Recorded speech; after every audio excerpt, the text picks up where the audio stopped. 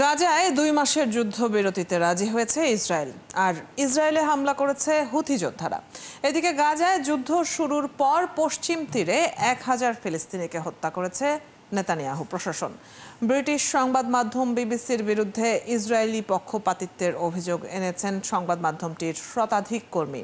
অন্যদিকে মার্কিন মজুতে ব্যাপক ঘাটতি, ইউক্রেনে কিছু ক্ষেপণাস্ত্র সরবরাহ বন্ধ করে দিয়েছে ট্রাম্প প্রশাসন। আবারও অশান্ত ভারতের মণিপুর রাজ্য, নিহত ৪ জন, জানাবো সেই খবরও বিশ্বের নানা প্রান্তের এমন নানা রকম সব খবর নিয়ে বিশ্বযোগের আজকের আয়োজনে স্বাগত জানাচ্ছি আমি রুবাইয়া তন্তি। গাজায় মার্কিন প্রশাসনের প্রস্তাবিত ৬০ দিনের যুদ্ধবিরতির প্রস্তাবে সম্মত হয়েছে ইসরায়েল। যুক্তরাষ্ট্রের প্রেসিডেন্ট ডোনাল্ড ট্রাম্প এই তথ্য জানিয়ে বলেছেন, এই সময়ে মধ্যস্থতাকারীরা সব পক্ষের সঙ্গে আলোচনা করে মধ্যপ্রাচ্যে যুদ্ধ শেষ করার জন্য কাজ করবে। এদিকে গাজায় ইসরায়েলি হামলায় গত ২৪ ঘন্টায় আরও ১০৯ জন ফিলিস্তিনি নিহত হয়েছেন। বিস্তারিত মনিরুজ্জামান বাবুর প্রতিবেদনে।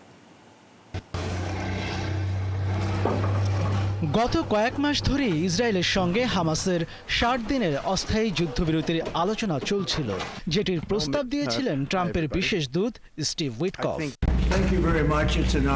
আগামী সপ্তাহে ইসরায়েলি প্রধানমন্ত্রী বেনিয়ামিন নেতানিয়াহুর সঙ্গে হোয়াইট হাউসে ট্রাম্পের বৈঠক হবার কথা রয়েছে।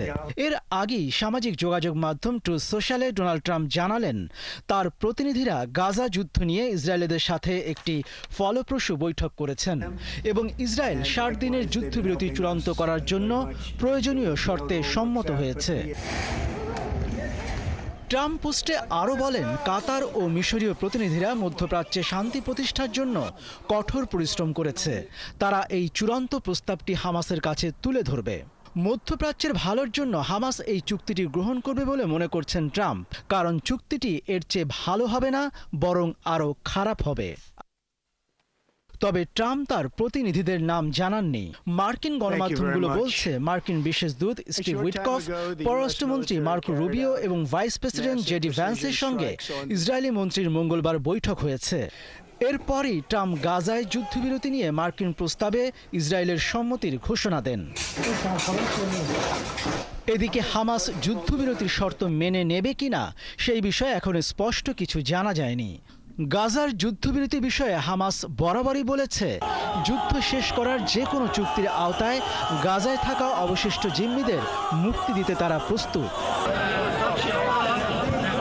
তবে ইসরায়েলের পক্ষ থেকে বলা হয়েছে, যুদ্ধ তখনই শেষ হবে যখন হামাসকে সম্পূর্ণ নিরস্ত্র ও বিলুপ্ত করা যাবে। যুদ্ধবিরতির এই আলোচনার মধ্যে গাজায় হামলা চালিয়ে যাচ্ছে ইসরায়েল। যুক্তরাষ্ট্র এবং ইসরায়েল সমর্থিত গাজা হিউম্যানিটেরিয়ান ফাউন্ডেশন পরিচালিত সহায়তা কেন্দ্রে খাবারের জন্য অপেক্ষা করার সময় আবারও গুলি চালানো হয়েছে ক্ষুধার্ত গাজাবাসীর উপর।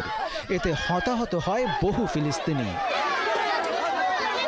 এছাড়া উত্তর গাজার বৃহত্তম চিকিৎসা কেন্দ্র আল শিফার কর্মকর্তারা বলেছেন, ইসরায়েলের অবরোধের মধ্যে হাসপাতালে জ্বালানি ফুরিয়ে যাওয়ায় শত শত রোগীর মৃত্যু হচ্ছে। মনিরুজ্জামান বাবু, ৭১। ব্রিটিশ সম্প্রচার সংস্থা বিবিসির ১০৭ জন কর্মী সহ আরও ৩০০ জন গণমাধ্যম কর্মী ও শিল্পী প্রতিষ্ঠানটির বিরুদ্ধে ফিলিস্তিন বিরোধী বর্ণবাদ এবং ইসরায়েলের পক্ষে প্রচার চালানোর অভিযোগ এনেছে। বুধবার আল জাজিরা এক প্রতিবেদনে এই তথ্য জানায়। বিবিসির শীর্ষ নেতৃত্বকে অভিযুক্ত করে কর্মীরা একটি খোলা চিঠিতে এই অভিযোগটি করেন। প্রতিষ্ঠানটি ইসরায়েল সংক্রান্ত প্রতিবেদন প্রকাশে সেন্সরশিপ আরোপ করছে এবং ইসরায়েলি সরকার ও সেনাবাহিনীর হয়ে জনসংযোগ চালাচ্ছে। ফিলিস্তিনে চলমান যুদ্ধে যুক্তরাজ্য সরকারের ভূমিকা সহ দেশটির অস্ত্র বিক্রি ও তার আইনি প্রভাব সম্পর্কে বিবিসি গুরুত্বপূর্ণ কোনো বিশ্লেষণ তুলে ধরেনি বলেও অভিযোগ করেন তারা। চিঠিতে অভিযোগ করা হয়, গাজা ও পশ্চিম তীরে যা ঘটছে আর বিশ্বস্ত বিভিন্ন উৎসে যা প্রকাশ পাচ্ছে সেই বাস্তবতার সঙ্গে বিবিসির প্রচারের মধ্যে অনেক পার্থক্য রয়েছে।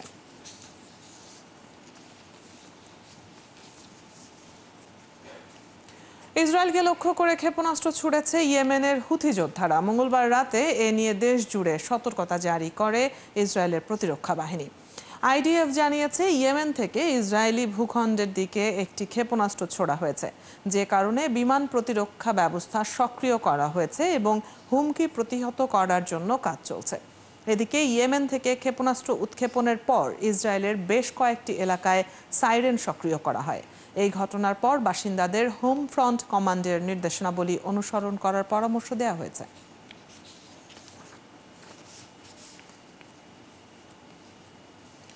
শান্তিপূর্ণ উদ্দেশ্যে ইউরেনিয়াম সমৃদ্ধকরণে ইরানের প্রযুক্তি ও বৈজ্ঞানিক অগ্রগতি সামরিক আগ্রাসনের মাধ্যমে ধ্বংস করা সম্ভব নয় বলে জানিয়েছেন ইরানের পররাষ্ট্রমন্ত্রী আব্বাস আরাকচি। মার্কিন সংবাদ মাধ্যম সিবিএস নিউজকে দেয়া এক সাক্ষাৎকারে তিনি একথা বলেন। সাক্ষাৎকারে তিনি জানান, বোমা ফেলে কোনো জাতির প্রযুক্তি বা বিজ্ঞানকে মুছে ফেলা যায় না। সদিচ্ছা থাকলে দ্রুত সময়ের মধ্যে ক্ষয়ক্ষতি পুষিয়ে পরমাণু শিল্পে পুনরায় অগ্রগতি সাধন সম্ভব বলেও জানান তিনি। তবে আরাকচি হুঁশিয়ারি দিয়ে বলেন, ভবিষ্যতে নতুন করে আক্রমণের মুখোমুখি হলে ইরান দ্রুত প্রতিরোধ গড়ে তুলবে। এছাড়া শীঘ্রই যুক্তরাষ্ট্রের সঙ্গে নতুন করে আলোচনার বিষয়ে তিনি জানান, এমন সম্ভাবনা খুব কম। ইসরায়েলের সঙ্গে সহযোগিতামূলক সম্পর্ক থাকলে মৃত্যুদণ্ড পেতে হবে বলে নতুন আইন পাশ হয়েছে ইরানের সংসদে। মঙ্গলবার নতুন এই আইনটি পাশ হয়। এছাড়া ইসরায়েল ছাড়াও অন্য শত্রু দেশগুলোর সঙ্গেও ইরানের কেউ যোগাযোগ রাখতে পারবে না বলে উল্লেখ করা হয়েছে আইনটিতে।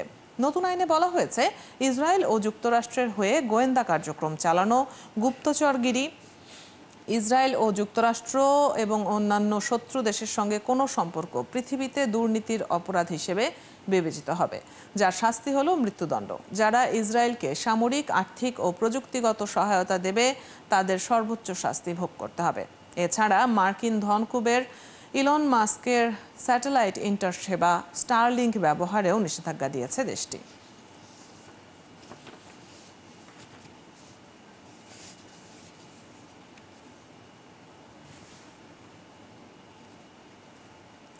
চার দশকের বেশি সময় ধরে ইরানের সর্বোচ্চ নেতা আয়াতুল্লাহ আলী খামেনি রাজনৈতিক সংকট, অর্থনৈতিক বিপর্যয় ও যুদ্ধ সামাল দিয়েছেন।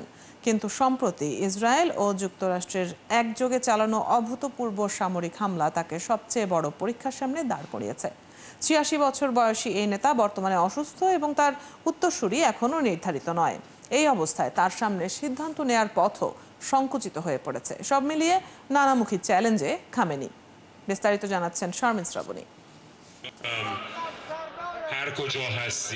ইসরায়েলি হামলায় বিপর্যস্ত হয়েছে ইরানের Islamic revolutionary guard corps IRGC, যা দেশটির ইসলামী বিপ্লবের রক্ষা কবচ হিসেবেই পরিচিত। সাম্প্রতিক সংঘাতে ইরানের বহু অভিজ্ঞ কমান্ডার নিহত হয়েছেন, পারমাণবিক স্থাপনাগুলোর মারাত্মক ক্ষতি হয়েছে এবং শীর্ষ পরমাণু বিজ্ঞানীদের হত্যা করা হয়েছে। 12 দিনের যুদ্ধের মধ্যে কয়েক বিলিয়ন ডলারের পারমাণবিক বিনিয়োগ ধ্বংস হয়ে গেছে। আর এসবই ঘটেছে এমন এক সময় যখন ইরান কঠোর নিষেধাজ্ঞা ও দুর্বিষহ মুদ্রাস্ফীতির কবলে। বিশ্লেষকরা বলছেন, এক সময়ের চতুর কূটনীতিক হিসেবে খামেনি রাজনীতি ও অর্থনীতির মাঝে ভারসাম্য রেখে দেশ শাসন করেছেন।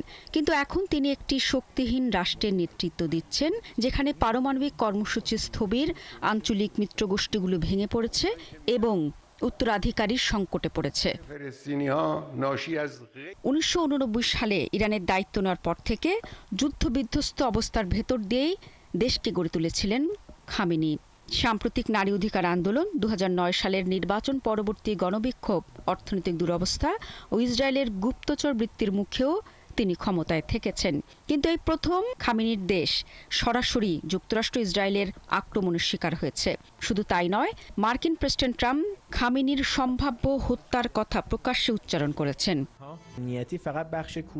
বিশেষজ্ঞরা আরও বলেছেন, ইরানের প্রথাগত রণনীতি, বিশেষ করে আঞ্চলিক শক্তি প্রদর্শন ও প্রতিপক্ষকে ভয় দেখানো, এখন ব্যর্থ।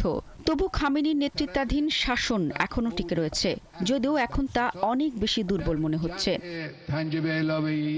এই সংকটপূর্ণ সময়েও একমাত্র খামেনি হয়তো পারেন ইরানকে আবারও পারমাণবিক অস্ত্র উন্নয়নের দিকে নিয়ে যেতে। আবার তিনি চাইলে এখন জাতীয় ঐক্যের এই মুহূর্তকে ব্যবহার করে কিছু সংস্কারমূলক পদক্ষেপ নিতে পারেন। কিন্তু বিশ্লেষকরা মনে করেন, তার রাজনৈতিক দৃষ্টিভঙ্গির সীমাবদ্ধতা এসব সম্ভাবনার পথ রুদ্ধ করে রেখেছে। یک کار کاملا قانونی و مشروع সর্বশেষ বক্তৃতায় খামেনি নিজেদের শক্তি প্রদর্শনের ভাষায় বলেছেন, প্রায় 9 কোটির দেশ এক কণ্ঠে এক উদ্দেশ্যে একত্রিত হয়েছিল। তবে বাস্তবতা হলো শীর্ষ পর্যায়ের গোয়েন্দা ব্যর্থতা, সামরিক বিপর্যয় ও একরকম কোণঠাসা অবস্থা থেকে এখন তাকে সিদ্ধান্ত নিতে হবে। ইরান আগের পথেই চলবে নাকি তিনি নিজের ক্ষমতা খর্ব করে নতুন পথ খুঁজবেন? শারমিন শ্রাবণী, ৭১। ইউরোপ জুড়ে কয়েকদিন ধরে চলছে প্রচণ্ড তাপপ্রবাহ। মহাদেশটির দক্ষিণাঞ্চলে গরম ক্রমেই অসহনীয় হয়ে উঠছে। জার্মানিতে রেকর্ড তাপমাত্রা প্রায় 40 ডিগ্রি সেলসিয়াসে পৌঁছেছে। ফ্রান্স, ইতালি, স্পেন ও গ্রিসের পরিস্থিতি আরও ভয়াবহ। ফ্রান্সের রাজধানী প্যারিস সহ 16টি অঞ্চলে রেড অ্যালার্ট জারি করা হয়েছে। যুক্তরাজ্যে মঙ্গলবার সর্বোচ্চ তাপমাত্রা রেকর্ড করা হয়েছে। এটি আজ বুধবার ছাড়িয়ে যেতে পারে বলে আভাস দেওয়া হয়েছে।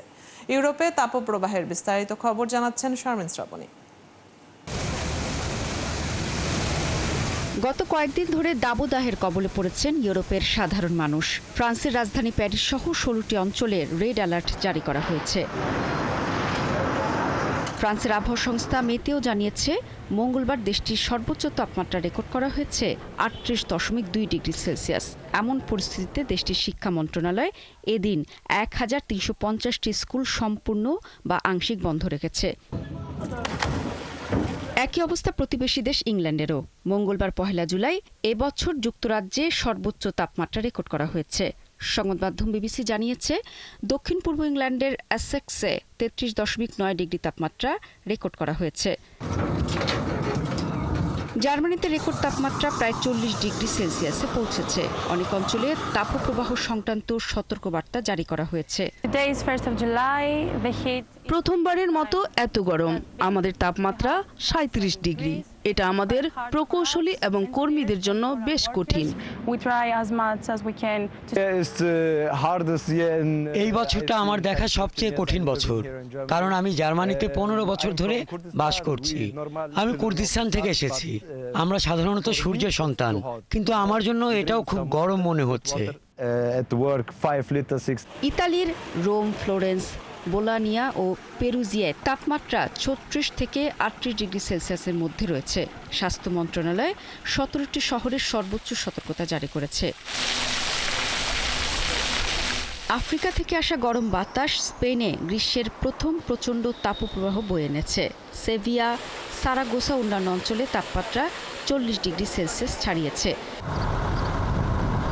গ্রিসে কোথাও কোথাও তাপমাত্রা 43 ডিগ্রি সেলসিয়াস ছাড়ানোর পূর্বাভাস পাওয়া গেছে। দেশটিতে দুপুর 12টা থেকে বিকেল 5টা পর্যন্ত সব প্রত্নতাত্ত্বিক স্থান বন্ধ রাখা হয়েছে। একই অবস্থা ইউরোপের নেদারল্যান্ডস, বেলজিয়াম, পর্তুগাল সহ অন্যান্য দেশেরও। শারমিন শ্রাবণী, ৭১। যুক্তরাষ্ট্রের অভিবাসন ও শুল্ক প্রয়োগ আইসিই অভিযানের বিরোধিতা করেছেন নিউ ইয়র্ক সিটির মেয়র প্রার্থী জোহরান মামদানি। এর জেরে তাকে গ্রেপ্তার ও তদন্তের হুমকি দিয়েছেন প্রেসিডেন্ট ডোনাল্ড ট্রাম্প। ফ্লোরিডার ডিটেনশন সেন্টার অ্যালিগেটর আলকাট্রাজে এক প্রেস কনফারেন্সে ট্রাম্প বলেন, মামদানি যদি আইসিইর কর্মকর্তাদের আটক ও নির্বাসনের কাজে বাধা দেন তাহলে তাকে গ্রেপ্তার করতে হবে।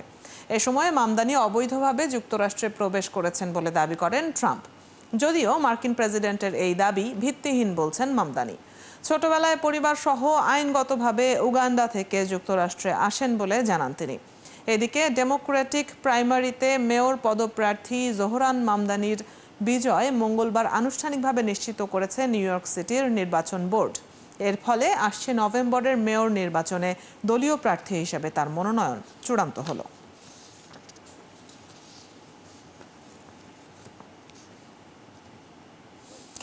দর্শক, এই ছিল আজকের আয়োজনে। কাল একই সময়ে আবারও হাজির হবে বিশ্বযোগ। চোখ রাখুন ৭১-এর ফেসবুক পেজে এবং সাবস্ক্রাইব করুন ৭১-এর ইউটিউব চ্যানেল। ৭১-এর সাথেই থাকুন।